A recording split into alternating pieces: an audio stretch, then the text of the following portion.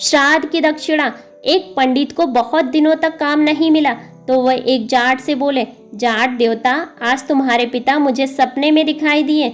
उत्सुक हो जाट ने पूछा, क्या कह रहे थे? पंडित जी बोले, कहते क्या, तुम्हारा हाल चाल पूछ रहे थे। कह रहे थे कि बच्चों ने मुझे भुला दिया है, जिसके कारण मैं बहुत दुखी हूँ। जाट को याद आया, बोले, पंडित जी ठीक कह रहे हो, मरने के बाद मैंने पिता का श्राद्ध भी नहीं किया, शायद इसलिए दुखी हैं। तो कर डालो पिता का श्राद्ध, इसमें विलंब की क्या बात। पंडित जी ने अपना दांव लगाया। अगले ही दिन जाट ने पंडित जी को घर बुला लिया। पंडित जी ने श्राद्ध की सामग्री में ढेर सारा माल रखवा लिया, सोना चांदी, बर्तन से लेकर खाने पीने का सारा सामान। इनके अलावा पिता को जो चीजें पसंद थी वह सभी कुछ लाकर जाट ने सामने रख दी। धूमधाम से श्राद्ध की तैयारी हुई। जाटनी से कहकर तरह तरह के पकवान बनवा लिए। मन ही मन पंडित जी खुश थे, आज तो चकाचक माल उड़ाने को मिलेगा, साथ में इतना सामान भी। अपने सामने आसन बिछाकर पंडित जी ने जाट को बिठा दिया। बोले, अब श्राद्ध शुरू करते हैं। इतनी देर तुम्हें इस बात का ख्याल रखना है कि जो मैं कहूँगा वही तुम्हें कहना है और जैसा मैं करूँ वही करना होगा। जाट ने भी बात मान ली। दोनों आमने सामने जमकर बैठ गए। श्राद्ध शुरू हुआ। पानी की तरफ इशारा करते हुए पंडित जी जाट से बोले, आचमनी में जल लेकर पहले आचमन कर डालो।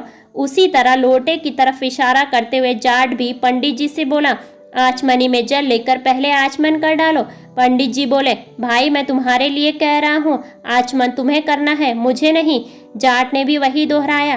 पंडित जी परेशान हो गए और कड़क कर बोले, अरे मूर्ख, मैं तेरे लिए कह रहा हूँ, श्राद्ध तेरे बाप का हो रहा है, मेरे बाप का नहीं। अपनी कड़क आवाज के साथ जाट ने भी पंडित जी को डपट दिया। अब पंडित जी से रहा नहीं गया, घूसा दिखाते हुए बोले, तू नहीं मानेगा। जाट ने भी अपना घूसा तान लिया और पंडित जी को दिखाते हुए बोला, तू नहीं मानेगा। पंडित जी ने आओ देखा न ताओ एक तगड़ा हाथ जाट की कनपटी पर जड़ दिया। बोले, पहले तेरी खोपड़ी दुरुस्त कर दूं, बाद में श्राद्ध होता रहेगा। झापड़ इतने जोर से पड़ा कि 1 मिनट बाद जाट को होश आया। होश आने के बाद उसने अपनी बाहें चढ़ा ली और बदले में पूरी ताकत के साथ पंडित जी के गाल पर तगड़ा हाथ दिया। पंडित जी को तारे नजर आने लगे। उन्हें 2 मिनट के बाद होश आया। अब क्या था, पंडित जी और जाट दोनों पूरे क्रोध से भर आए। लात घूसों से श्राद्ध होने लगा। पंडित जी जितनी लात चलाते उतनी लातें जाट की भी खा जाते। जाट के शरीर पर जिस जगह पंडित जी का घूसा पड़ता उसी जगह पलट कर जाट भी उन्हें घूसा धर देता। मन ही मन पंडित जी सोचने लगे, मूर्ख से पाला पड़ गया है। उन्होंने कई बार जाट को समझाया लेकिन जाट की समझ में कुछ नहीं आया। नतीजा यह है कि बात फिर बढ़ गई और दोनों फिर से गुत्थम गुत्था होकर लड़ने लगे। कभी पंडित जी नीचे होते तो कभी जाट के नीचे होने की बारी आ जाती। आपस में देर तक लात घूसे और उठा पटक का दौर चलता रहा। आखिर मैदान छोड़कर पंडित जी को भागना पड़ा। प्रसन्न हो जाट भी अपनी जाटनी के पास लौटा। जगह जगह से कपड़े फट जाने का कारण जाटनी ने जानना चाहा तो जाट ने बताया, पंडित जी के साथ श्राद्ध कर्म करते हुए सब हुआ है। जाटनी ने पूछा, श्राद्ध तो अच्छी तरह से हो गया ना? जाट ने उत्तर दिया, बहुत अच्छा हुआ, अच्छा ना होता तो मेरी यह हालत होती। पंडित जी ने कोई कसर नहीं रखी और मैंने भी पूरे जोर शोर से काम लिया। चलो अच्छा हुआ, लेकिन पंडित जी को कुछ दक्षिणा वगैरह दी या नहीं? जाटनी ने पूछा, दक्षिणा तो कुछ नहीं दिया, हम लोग श्राद्ध में ही इतने मस्त हो गए कि पंडित जी की दक्षिणा और भोजन का ख्याल ही नहीं रहा। बेचारे पंडित जी बिना दक्षिणा के ही लौट गए।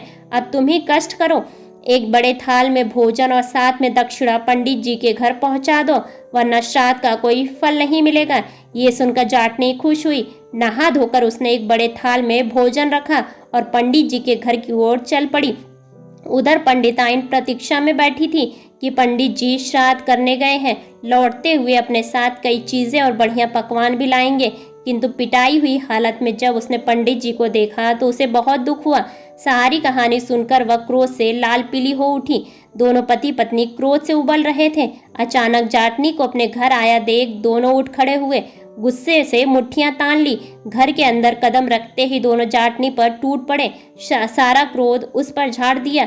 जाटनी बेचारी चुपचाप उनकी मार सहती रही। वह सोच रही थी शायद इसी तरह दक्षिणा ली जाती है। काफी पिट जाने के बाद वह पंडित जी के घर से भाग खड़ी हुई। घर पहुंचने के बाद जब जाट ने पूछा तो बोली, श्राद्ध करना आसान है किंतु दक्षिणा देने का काम बहुत मुश्किल है। तुम अगर दक्षिणा देने जाते तो मालूम होता कि कैसे दक्षिणा दी जाती है। ऐसे ही बेहतरीन कहानियों को सुनने के लिए वीडियो को लाइक और चैनल को सब्सक्राइब करें और अपने विचार कमेंट्स बॉक्स में कमेंट्स करके हमें ज़रूर बताएं। धन्यवाद।